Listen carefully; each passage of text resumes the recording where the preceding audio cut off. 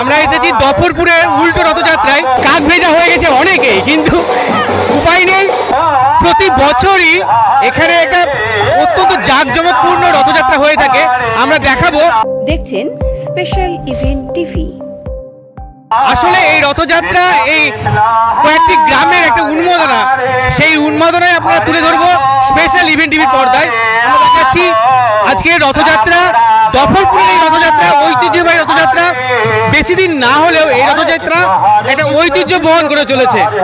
বৃষ্টিতে ভিজেও এই যে নৃত্যের রেশ, সেটা কিন্তু এখনো কাটেনি। হরিনাম সংকীর্তনের দল দেখতে পাওয়া যাচ্ছে, তার সঙ্গে রথযাত্রা গোটা গ্রাম মিলিত হয়েছে। আমরা সেটাই দেখাবো।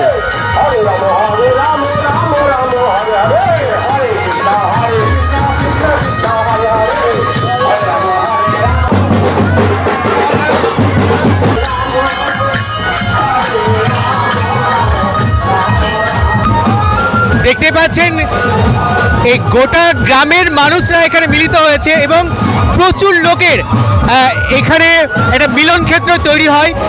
আশেপাশের গ্রাম থেকেও এখানে মিলিত হয়। আমরা দেখতে পাচ্ছি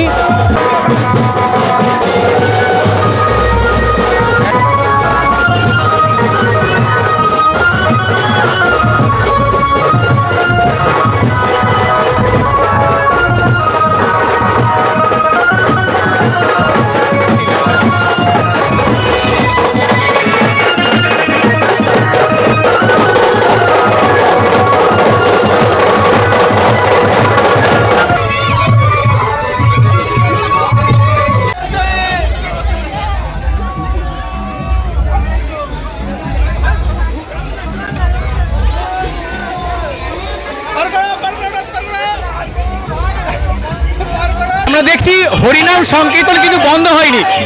বৃষ্টি পড়ছে, রথযাত্রার সকলে ভিজছে, হ্যাঁ, কিন্তু হরিনাম সংকীর্তন এখনো চলছে।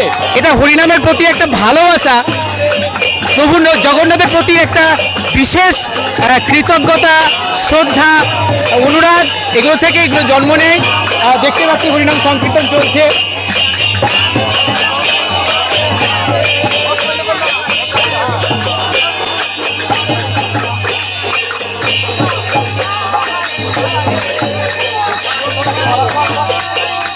হ্যাঁ, ওদিকে দেখতে পাচ্ছেন বৃষ্টিতে অনেকেই ভিজছে, কিন্তু উপায় নেই।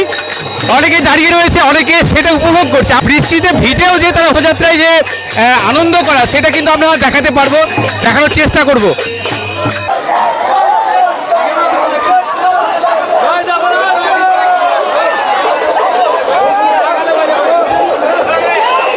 আমরা দেখতে পাচ্ছি বৃষ্টিতেও সে বৃষ্টিতে ভেজা অবস্থায় এই রথযাত্রা উদযাপিত হচ্ছে।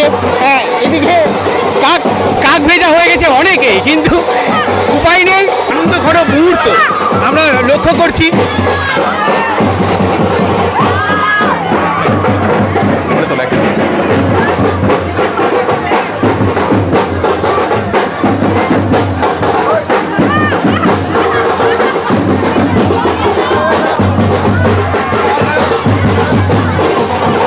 হ্যাঁ, পুনরায় দেখাচ্ছি সেই দৃশ্য যেখানে বৃষ্টিতে ভিজেও এই যে নৃত্যের রেশ, সেটা কিন্তু এখনো কাটেনি এবং সেটা চলছে, অবিরত চলছে, থামেনি বললেই চলে।